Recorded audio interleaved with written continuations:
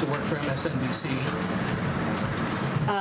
Well, you can't get rid of me yet, Ed. I have nothing to confirm about my length of public service or planned service or anything about consideration about next plans. I'm very happy to be standing with all of you here today after it felt like a never-ending, endless time in my basement, quarantining away from my family. And believe it or not, I missed you all a lot.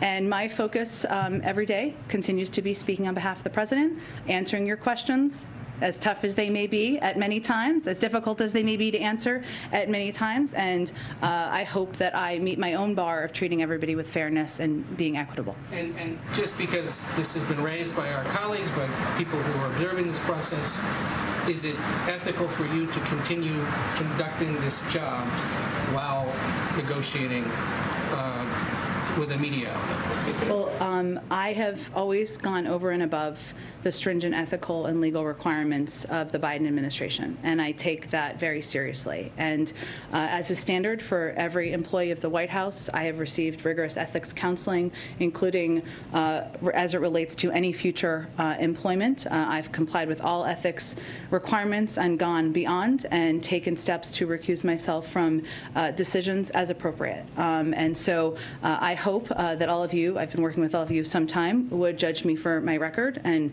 how I treat all of you, both in the briefing room and otherwise. And I try to answer questions from everybody across the board. I know everybody in the back of the room may not always be pleased with me, but I try my best, and I will certainly continue to do that. Okay, go ahead. Are you good? Yes, go ahead. Jen, given the reports, which have now been confirmed by multiple media outlets, how can you continue to be an effective briefer if you do, in fact, have plans to join a media outlet? Well, I have nothing, again, to announce about any conversations or any future plans. And at whatever time I leave the White House, I can promise you the first thing I'm going to do is sleep and spend time with my 3- and 6-year-olds, who are my most important audiences of all. But I would say, Kristen, that, again, I have taken the ethics, legal requirements to the highest, very seriously in any discussions and any considerations about any future employment, just as any White House official would, and I have taken steps beyond that to ensure there's no conflicts. And I understand what you're saying, but I guess the question is, how is it ethical to have these conversations with media outlets while you continue to have a job standing behind that podium? Well, there are a range of stringent ethical and legal requirements that are imposed on everybody in this administration and many administrations past about any conversations you're having with future employers. That is true of any industry you're working in. And I have abided by those and tried to take steps to go beyond that as well. And broadly speaking, is it the policy of this White House to allow staffers to have discussions, even if indirectly, with institutions that impact and affect their jobs and your job here?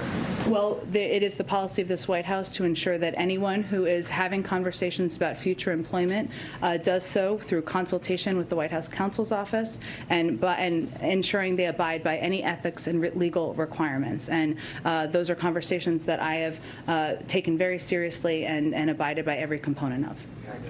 Okay. So when we go to Serena, we can go, and then we can wrap. Thank you, Jen. Can you said you missed us. That the U.S. Okay. I know it may be that people who may have to see the president depart, and I don't want to hold anyone back, but I also am happy to answer your question and a couple of others if people want to stay. But if people need to, are they gathering right now? Sorry to interrupt your train of thought here. Yeah. Okay. Go ahead.